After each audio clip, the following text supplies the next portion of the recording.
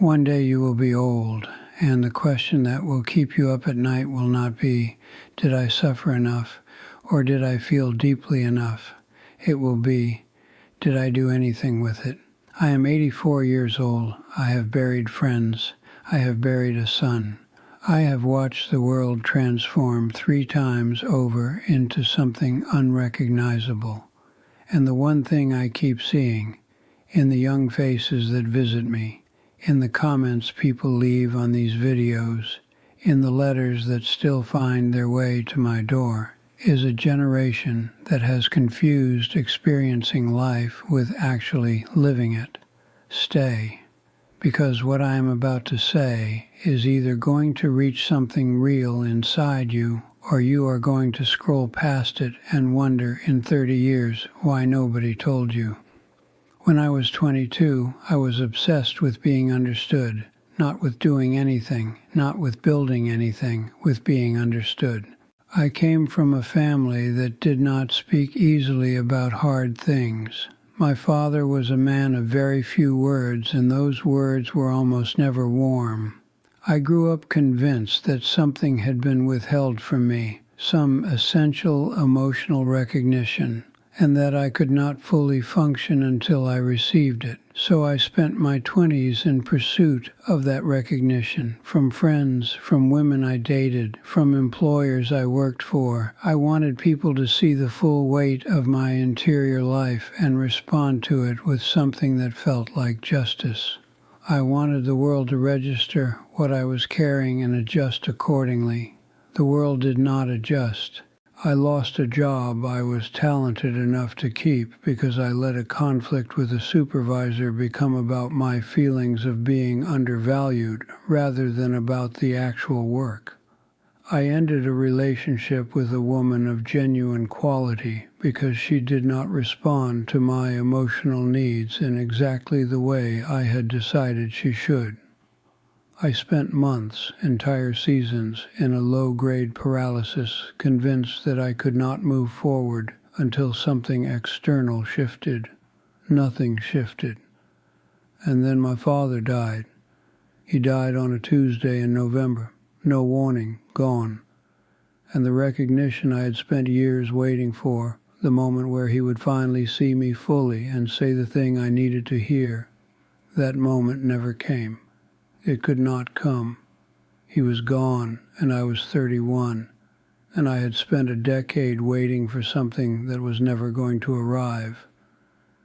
Standing at his grave in the cold, I understood something I wish I could have understood a decade earlier.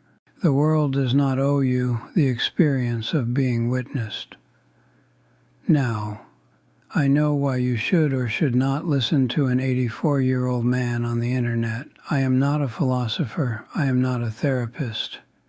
I did not write books or run corporations or advise governments. What I am is old. And I have had the particular and terrible privilege of watching how lives actually end. Not the idealized version, not the movie version, the real version, where the things that mattered reveal themselves at the last possible moment with absolute clarity, and the things that felt urgent dissolve into nothing. I have watched people die regretting time they spent waiting instead of moving. I have watched people die grateful for nothing more than the fact that they kept their hands busy and their promises intact.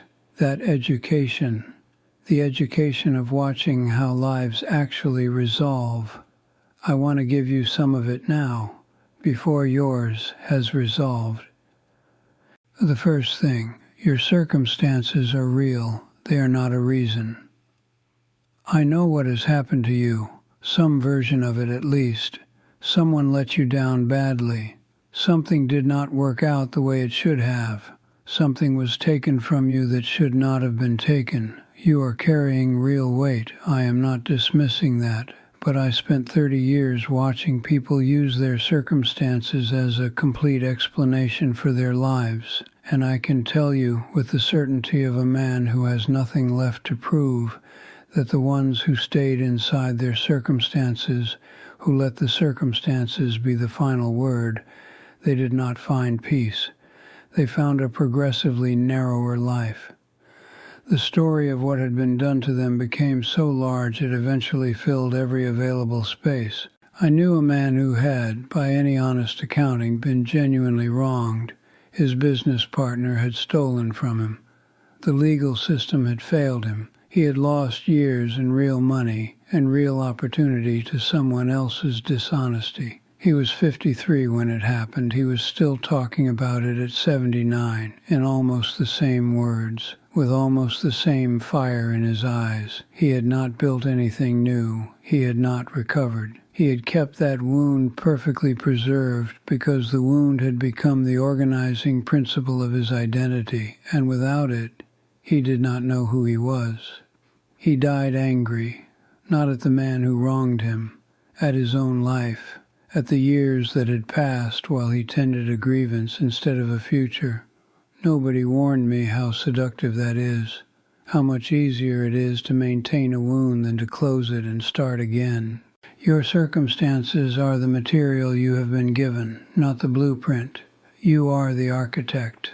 And the building you make from difficult material can be stronger than anything made from easy material, but only if you actually build. Stop narrating the rubble. Start laying the new foundation. The second thing, comfort is not the same as safety. It is often the opposite.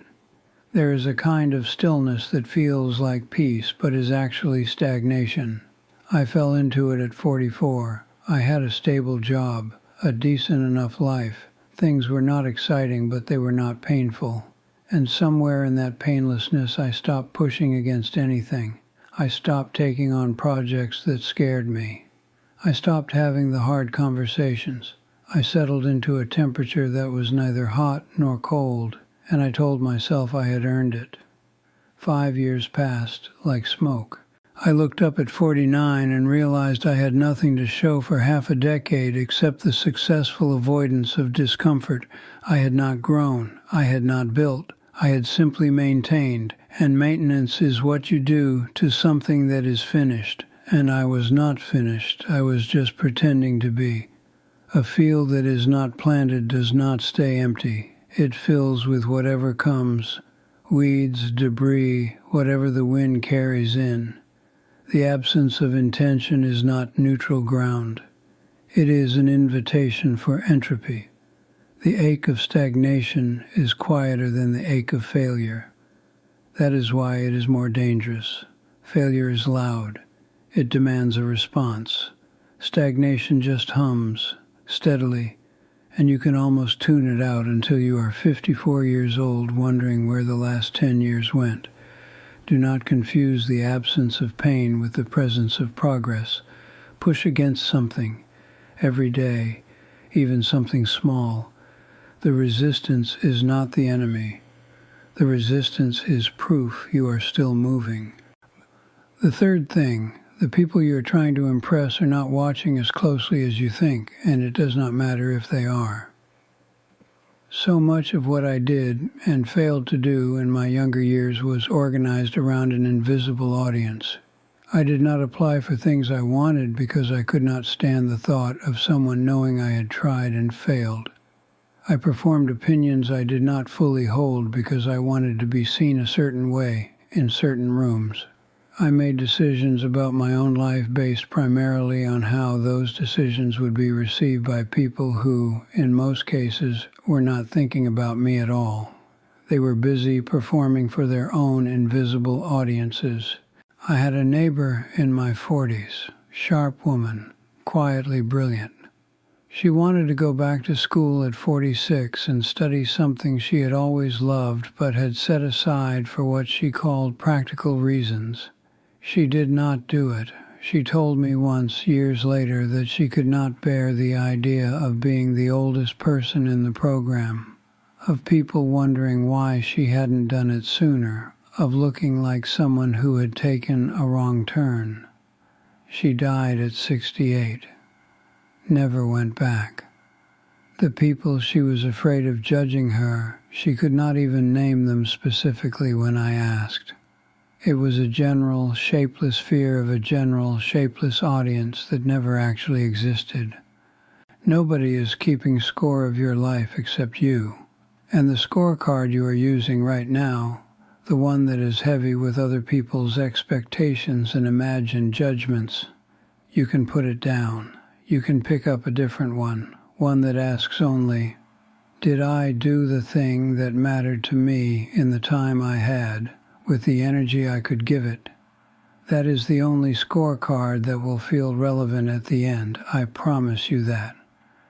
The fourth thing, action is not the reward for courage. Action is how courage is made.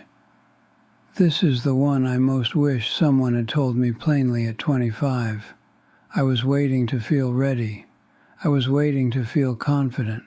I was waiting for the internal signal that would tell me the time was right, that I had prepared sufficiently, that I could begin. The signal never came. Not because I was not ready, but because readiness is not a feeling that arrives before you start. It is something that builds while you are already moving. You do not get it and then begin. You begin, and then gradually over time you get it. Every person I have known who built something real started before they felt prepared. They started nervous and uncertain and more than half convinced they were in over their heads. And then they stayed in it long enough for competence to grow, long enough for the confidence to follow the action rather than precede it. The carpenter does not feel ready for every joint he cuts. He cuts it, and over 10,000 cuts, he becomes the kind of man who no longer has to think about it. You are waiting for a feeling that is only available on the other side of the door. The only way to reach it is to open the door first. Whatever you have been preparing to do, the business, the conversation, the change, the beginning of something that has been living in the future tense for too long, start it before you are ready. Start it badly if you must. Start it small.